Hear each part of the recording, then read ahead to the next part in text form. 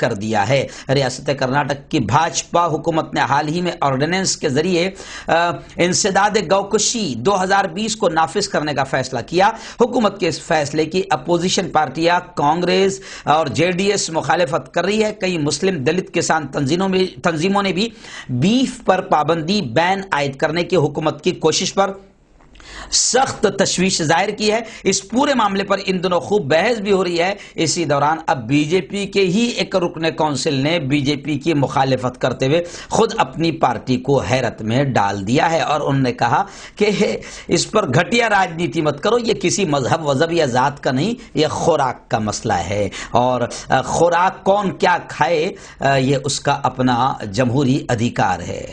چلیے جناب، بڑی خبر اس وقت عجیب بھی کہوں گا میں اسے کہ بڑی عجیب خبر آ رہی ہے کہ مودی جن کے لیے دلالی کر رہے ہیں اڈانی اور امبانی، یہ بیچارے کسان پریشان ہیں اور مودی جی خود بھی پریشان ہیں۔ میں بار بار روزانہ یہ کہہ رہا ہوں، لیکن اب جناب ریلائنس جیو کے خلاف کسانوں کے جو